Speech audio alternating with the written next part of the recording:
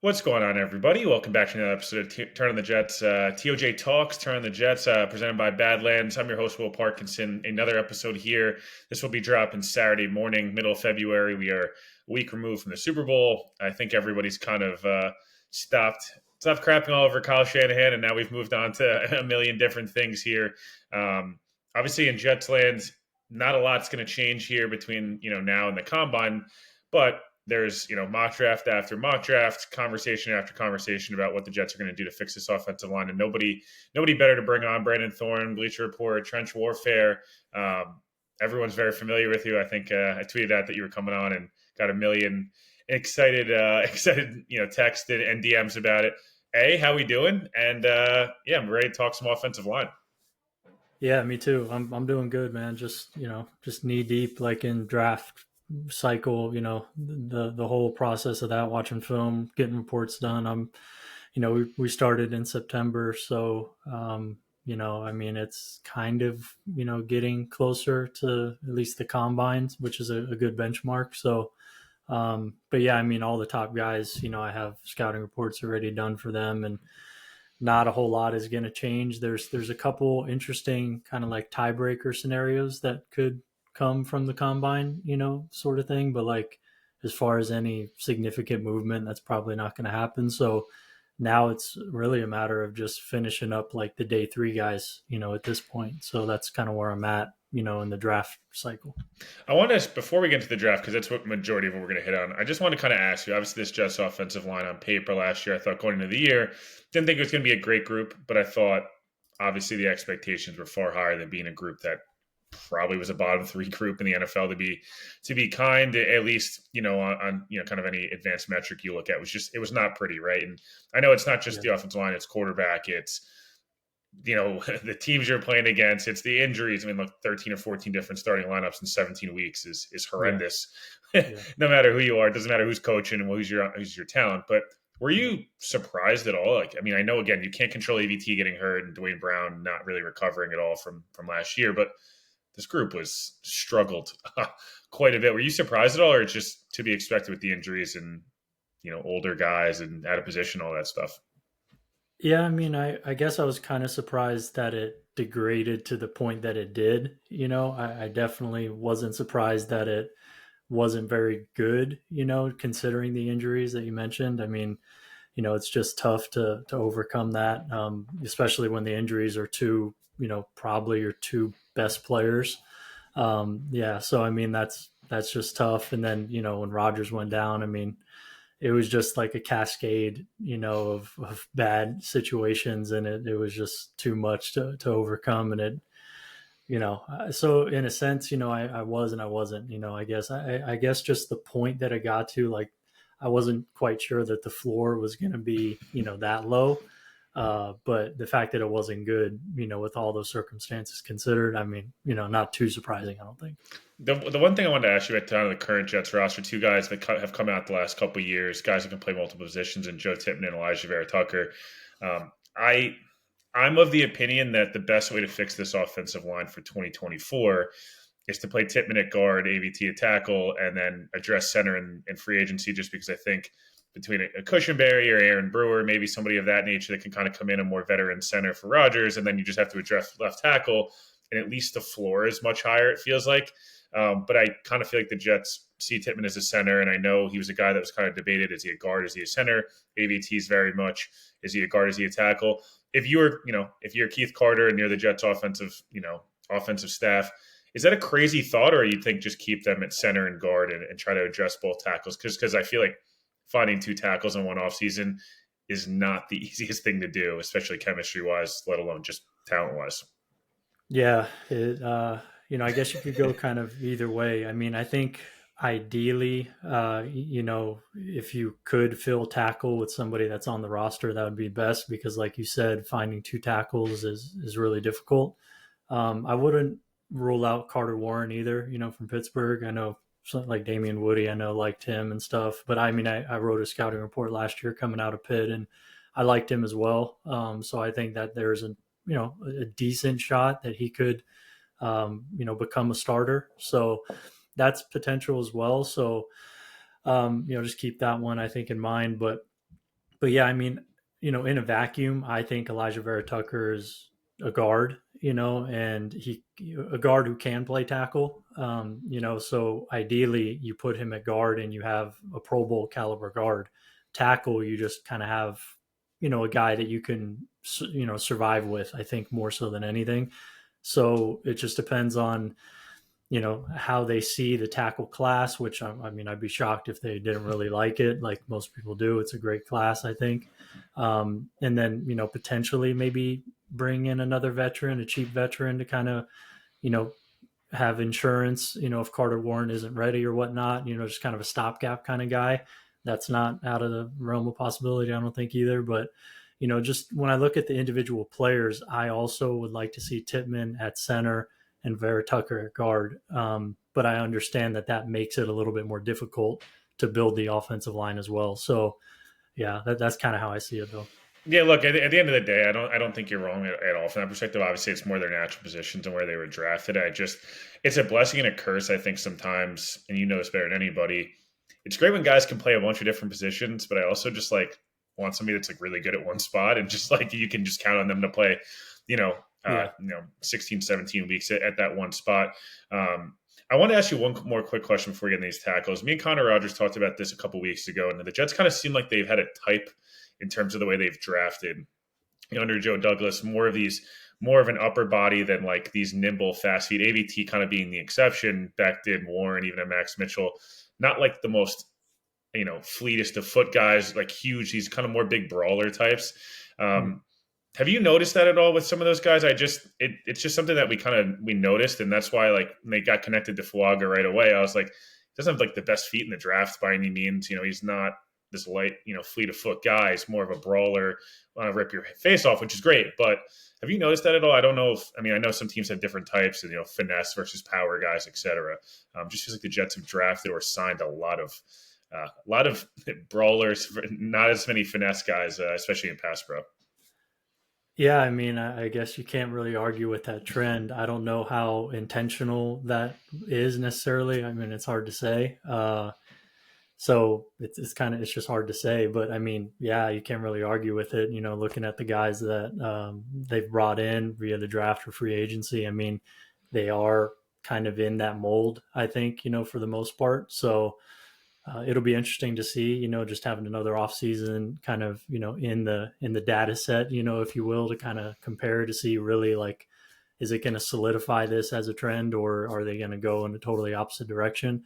I mean, I would imagine that they're going to just take the best guy and not, use that as like a hard and fast I would rule. hope so. Yeah. Right. I mean, so we'll see. But yeah, I mean, it is interesting because yeah, I guess they don't really have like a crazy athlete at tackle or anything like that. So yeah, it's definitely interesting.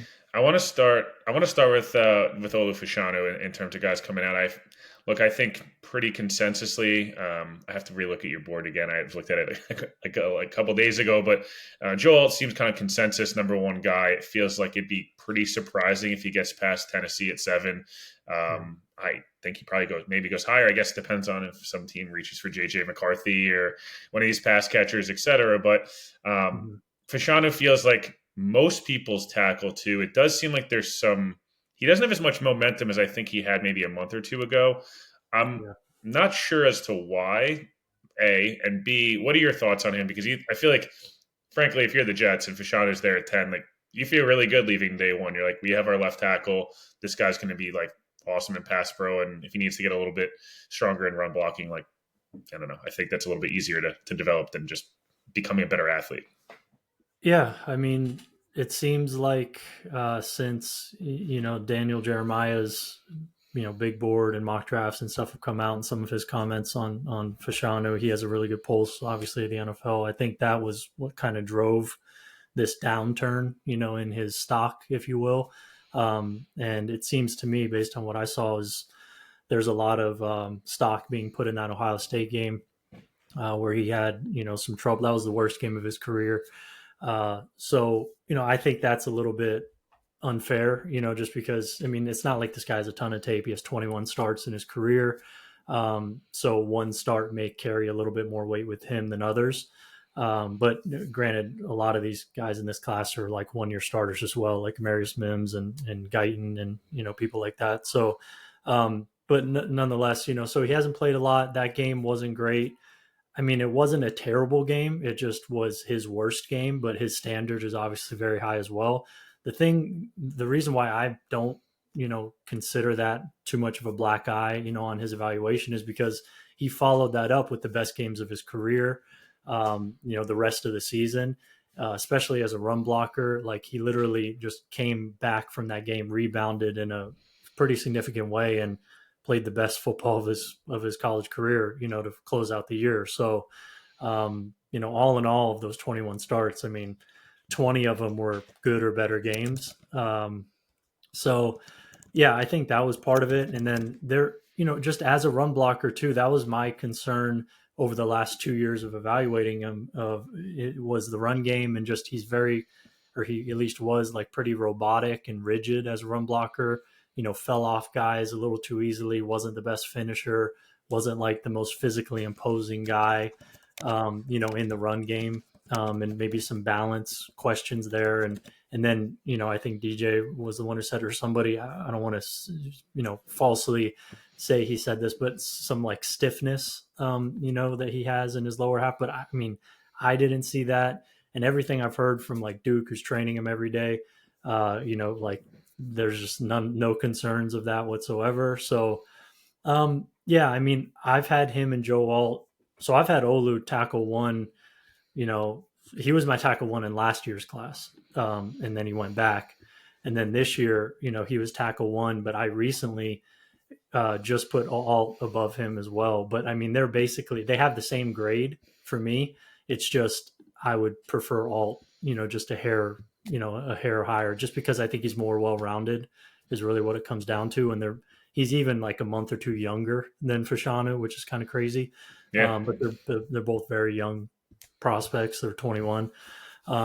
So yeah, I mean, at the end of the day, I think what you said, is true. You're going to get, an above average to very good pass protector, probably pretty early on.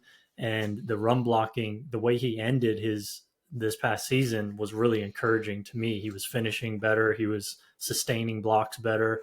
So at least he showed me that he could do it. So that really kind of solidified my grade on him. And I mean, I compared him to DeBerkshire Ferguson. So that's the ideal, but I think that's within the range of outcomes you could get. And that's what DeBerkshire was. He was a really good pass protector and, a fine run blocker. So that's kind of the archetype that I see for Fashanu. Yeah, look, I think similar. I mean, I guess it's a little different than building a receiver core, but like having a left tackle that's a really good pass protector in 2021 or 2020, I can't, 2021, 2024. I guess it was important then too. But, in today's NFL, and when you have a quarterback that's 40 years old, like you have an alien at running back in Breece Hall, I don't necessarily need, the 10 out of 10 run blocker next year. You kind of need a guy that just like can handle speed off the edge. Can they go up and, play, and they play Buffalo and Miami and New England twice a year. And, they'll play a bunch of these guys. Like it's going to be tough as a rookie, but obviously you mentioned those two guys. I want to talk about Tyler Guyton a little bit. He's a guy that frankly, I didn't get to watch a ton before the Senior Bowl. I kind of went in with an open mind of just like, hey, let me watch him. I know this, you're supposed to do it the opposite way, but again, I so much of the NFL stuff. I watched 1,000 free agents before that. So my two biggest takeaways with him, and I'm sure you probably saw similar things. That dude fucking loves contact. Like he wanted, like I felt like he played with a lot of violence, and for an All-Star game, for people that are not down in Mobile and you can't hear pads popping, even if you watch it on the All-22, like sometimes it's hard to understand. Like some guys go in there looking to show off and do these different things. He was just like looking to like beat people up, which I thought was something that the Jets need a little more nasty on that offensive line. I felt like at some points, some of the hand placement and stuff like that definitely could have been better. And he didn't look great when he took some reps at left tackle, at least when I saw. But I just felt like he had really quick feet. He's built like an NBA power forward, and he loves violence. Those are the three things at least I took away. I noticed you had him. You guys have him, as a top 5, tackle in this class. I guess what do you make of him? Because guy who's playing like H-back 2 or 3 years ago, and now is now might be a first round tackle. Yeah, I mean, I think you kind of touched on a lot of the most important points. I mean, first of all, physical traits wise, his frame, his build, his height, his weight, his length, all that is prototypical high level starting tackle stuff. And then the movement skills, are there as well in terms of how easy of a mover he is. And that was evident on film. And he just confirmed that, at the Senior Bowl. I think the biggest surprise at the Senior Bowl was just, I thought his anchor was really stout and really firm. He has a lot of natural strength to him.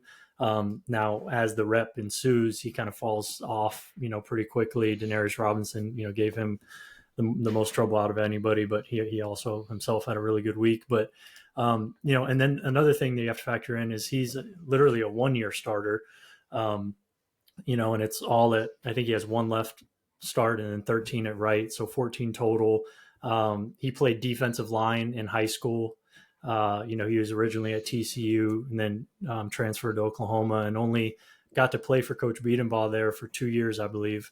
So like this guy's been playing football on the offensive line for 2 years of his life. So understandably, he's very, green and, unrefined. And there's going to be some glaring losses inside, and technique is just going to kind of fall apart. And you might see him lose pretty cleanly, at least early on as a pro, like he did last year in the Big 12. So, I mean, it'd be kind of a surprise if he didn't have some of those in the NFL as a rookie, especially.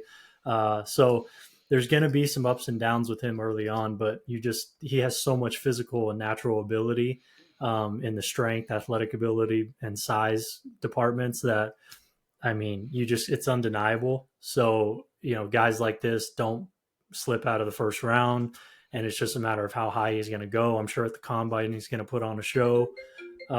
So yeah, I mean, he's probably going to be a top 20 pick, top 25 pick, I would think. And from all accounts, he's like a great kid and all that, and a hard worker. And so there's really not a lot not to like about him, aside from you're just probably going to have to be patient and ideally, give him a little bit of protection, in pass protection, and allow him to operate in kind of a conservative sort of offense. That would be ideal to kind of bring him along slow. But yeah, I mean, you're probably going to have, at least a good starter, within his rookie contract, I would think. And the upside is for more than that. So yeah, that's a first round tackle all day. Yeah, no, you mentioned him. Looking at it now, right now you have Alt, Fashanu, Latham, Mims, and then Guyton. Mm-hmm. From a tackle perspective, there's a couple of guys here, a couple of Senior Bowl guys, but a couple of people that played tackle, and some people think it's a tackle, some people think it's a guard. I'm going to touch on Fuaga last, just because he's a Jets fan favorite, and I feel like it'll be the more. I'm sure people flip out one way or another. Regardless, Troy Fontenot is one guy that I noticed you have obviously listed as a guard. I think you're not the only person that shares that perspective. And then Jackson Powers Johnson's a guy that I saw you tweeting a little bit about last night. Mm-hmm. I thought him and Christian Haynes were two guys, varying degrees, right? Like Haynes was a guy that, I don't know, maybe he was a middle of day 3 guy that moved himself into a day 2 guy. We'll see on that one. Powers Johnson, like, I don't know. If he slips out of round 1, some team made a mistake, because that dude was so good. Yeah. Every rep was just like, wow, okay, that's a first round player. And that's what, when we get to Fuaga, I'll talk a little bit about. When you go down to the Senior Bowl, Shrine Game, Combine, these different things, it's a lot of confirmations and things like that. I look at a guy and I'm like, you're down at an All-Star game, it's, and et cetera. Like, I want you to be like, I'm a first rounder. Like, I'm here. I'm going to dominate people. I feel like Powers Johnson, did that. It was a shame. Fontenot obviously didn't end up, participating. But Mm-hmm. I guess what's your take on some of these guys that are either, tackles that you kind of convert more as guards, or, a guy like Haynes who kind of showed up and, I don't know, UConn guy, you're not really sure what to expect, and just like really solid, kind of every rep. Yeah. Christian Haynes and Christian Jones, actually a Texas right tackle. Those were probably the two most surprising guys for me, because I had evaluations done on almost all the offensive linemen. Definitely these guys. There was a few that I didn't, but based on what I saw on film from Christian Haynes and what I saw there, I was pleasantly surprised, because I wasn't super high on him. I liked him for sure. I mean, you can read my report that, hasn't changed since the Senior Bowl and all that, and just kind of see what I liked and whatnot. I mean, really good processor. He's played a ton of football. He has almost 50 starts. Yeah, pretty much the opposite of all these tackles we're talking about. Yeah, yeah. I mean, he's definitely like one of those high floor kind of prospects that you really know what you're getting. The upside may not be there, like these other guys, but that sometimes is overrated anyway. And maybe those guys never reach it anyway. So, I could see why guys would like Haynes a lot. And I gave him a little bit of a bump as well, from there. Now he's a third round grade for me. He reminds me of Kevin Dotson coming out of Louisiana Lafayette, like a right guard only, kind of player who's played his whole career there. Really tough. He's an A-plus finisher, which he might be the best finisher in the draft just in terms of his mentality, which is awesome. You mean having a guy swing a helmet at him and just saying Mhm. seek going to church? That was pretty. That was that was an elite line from Haynes during the Senior Bowl. I got to get him in a film room and show people that what you saw in the Senior Bowl is what you see all over his film in Connecticut. I mean, guys are almost swinging at him consistently because I mean, Frustrates him. he's just one of those guys. He stays on you through the echo of the whistle, and he just annoys people. So he brings that, and he's strong. And he's very long. So that can help mitigate. I would think probably average to below average athletic ability. Um, and that's really the knock on him is just he's not like the most fluid mover, especially out on the move and in space and things like that. But when he gets his hands on you, it's probably a good chance that the rep's Big over. time phone booth guy. I feel like, right? Like if you can keep Yeah, him guys in a phone booth, he's gonna win. yeah. That's one way to say it. And yeah, I mean, to me, yeah, late day two. If you get him in day three, that's a steal. But yeah, he's probably going to go day two somewhere. So I do like Haynes. He's within my top 10 interior prospects in this class. Top, what is it, like top 8 or 9 or Yeah, so. Yeah, and then Jackson Powers Johnson, you mentioned, he's my top center. He was before Mobile, and you know, if anything, he just strengthened that because we got to see him at guard, even though he's only a 1 year starter as well, but he did rep and practice and things like that guard a lot at Oregon. He was primarily a guard before starting at center this past year, so not too much of a surprise that he looked as good as he did at guard. But he's a guy who really could play guard at the NFL as well. So he's not a center only guy, and that's going to increase his value as well. But for a guy to be 330 plus pounds, moving like he does, recovering like he does, getting out of bad spots like he can. I mean, yeah, it's pretty special. He has like he's wired the right way, and it's real easy to see him being an impact kind of player. So yeah, I love talking to him for that foam room I did. He was fun to talk to. And then Fontenot is my top guard in the draft. There's some projection here because he only played 2 games, I believe, at guard in college. He was primarily a left tackle, but I could see him, being like Ali Marpet kind of guy as a pro. He is very long, so like he has tackle length. He has kind of a guard body, tackle length, if that makes sense. Kind of a more compact, but he's long. So he's interesting. I wouldn't be surprised if a team gave him a shot at tackle at all. But man, I just think if you can get him inside, he's Elijah Vera Tucker kind of but he's much longer than Vera Tucker. So yeah, those two are my top guard, top center in the draft, I think. yeah. No, I wanted to hit on what two other tackles quickly before we get to Fuaga. Mims and Latham feel like guys that it's kind of whatever your flavor is for what you want at tackle. You see some people. I mean, you have them. I believe as